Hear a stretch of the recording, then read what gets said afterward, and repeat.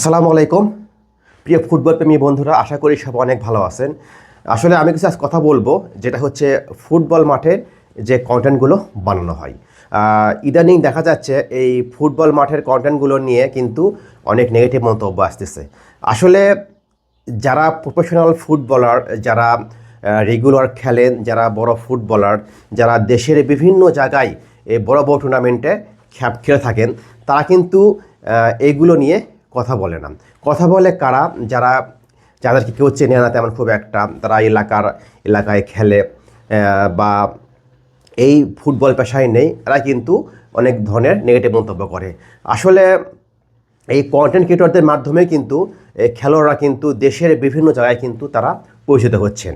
আমাদের কাছে কিন্তু অনেক জায়গা থেকে কল আসে যে আপনার কাছে এই ভিডিও দেখলাম, এই প্লেয়ারটা এই মাঠে আমি খেলাবো, তাকে কিভাবে কন্ট্যাক্ট করা যায়।